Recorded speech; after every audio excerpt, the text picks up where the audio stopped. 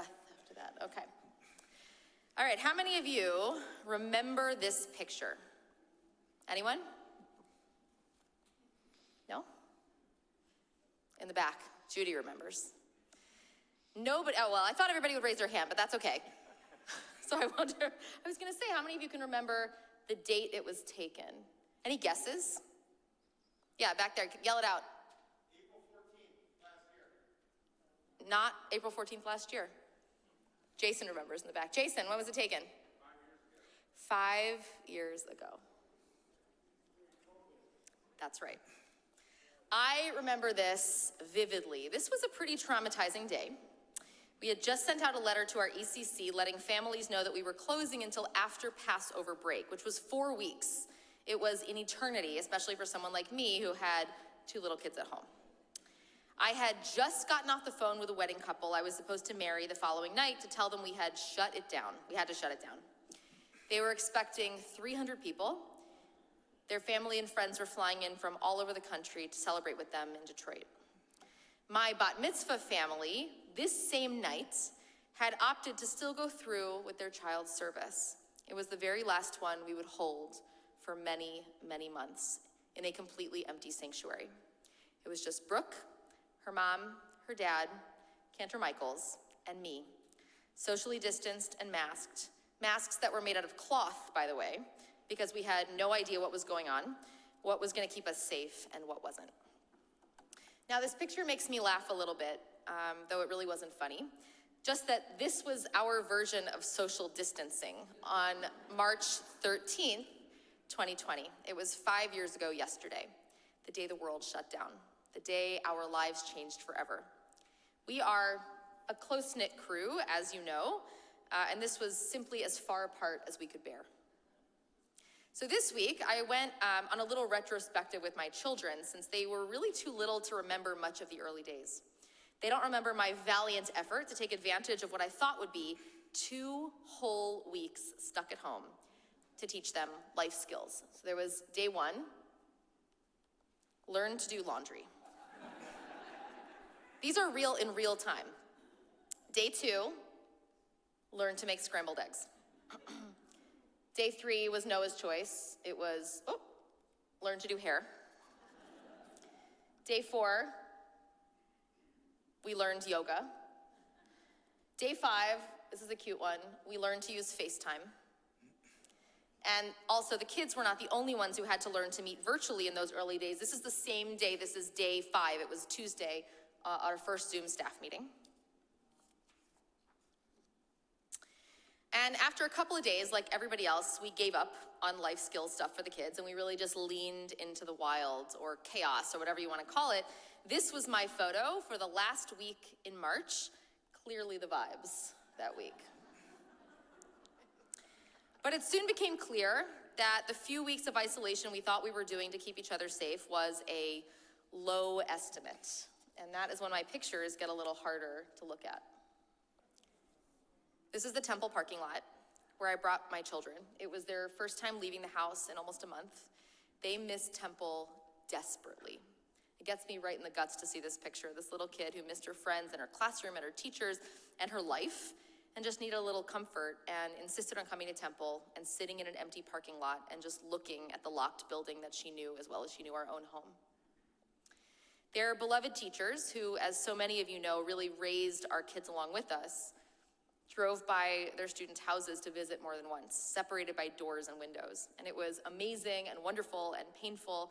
And I remember the kids saying over and over again, especially once we made the difficult decision to close the preschool for the rest of the year, what do you mean we're not going back?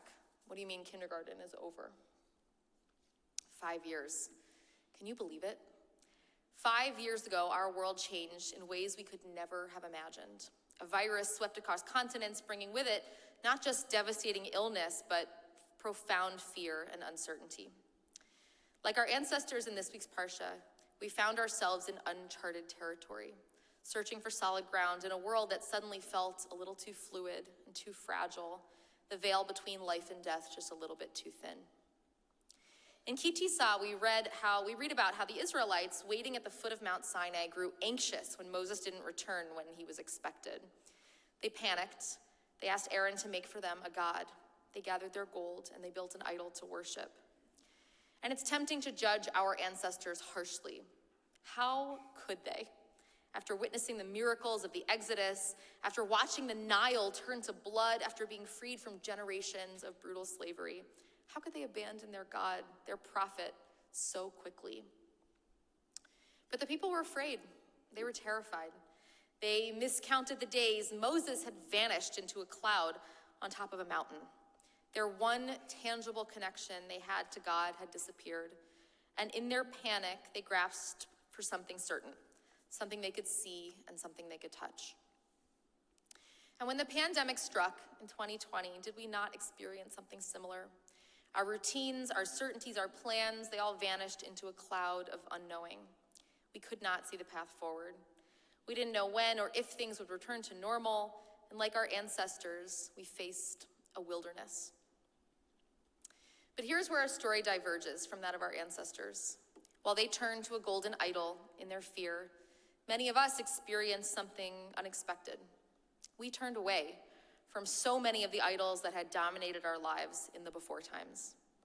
We had worshiped at the altar of busyness, our calendars overflowing with commitments, our days a blur of activity, our worth measured by our productivity. We bowed to the idol of consumerism, accumulating stuff and chasing the newest and shiniest tech and clothes and cars and things, mistaking wanting for needing. We sacrificed to the golden calf of status, comparing ourselves to others, valuing the external markers of success over the internal experience of living. And then, suddenly, all the stores closed, our calendars emptied. We all retreated to our homes, facing the same fundamental questions. What matters?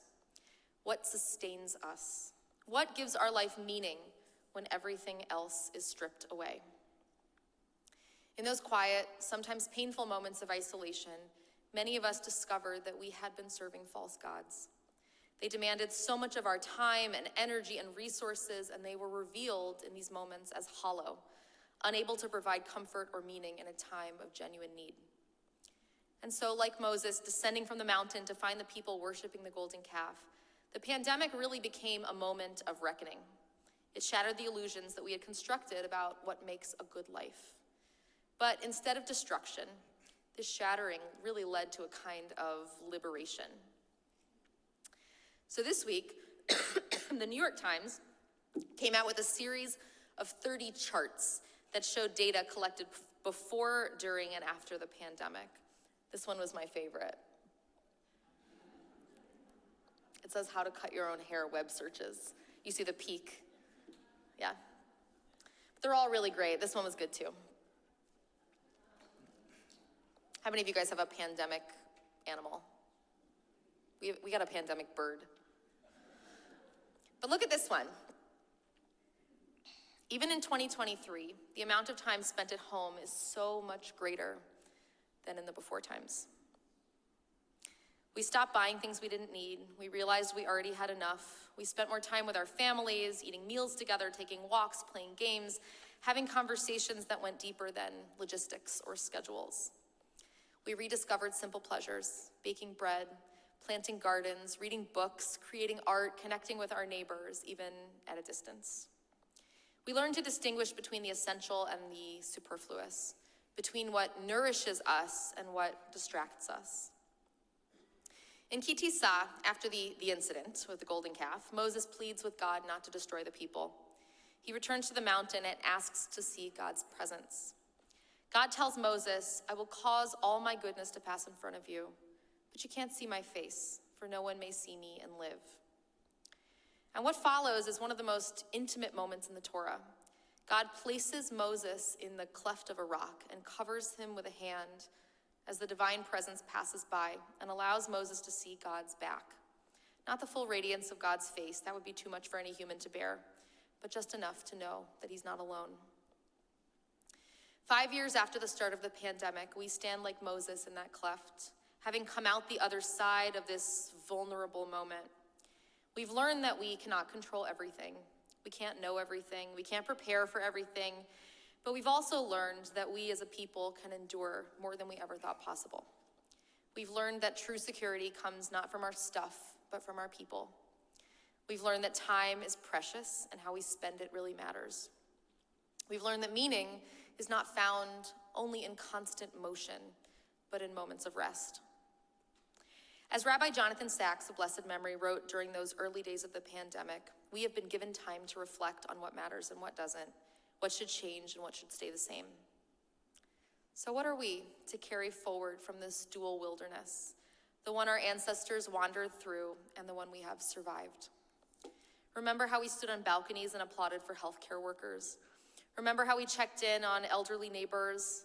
And remember how much we valued simple pleasures, a walk outside, a home-cooked meal, an unhurried conversation, a Zoom with our cousins from around the country.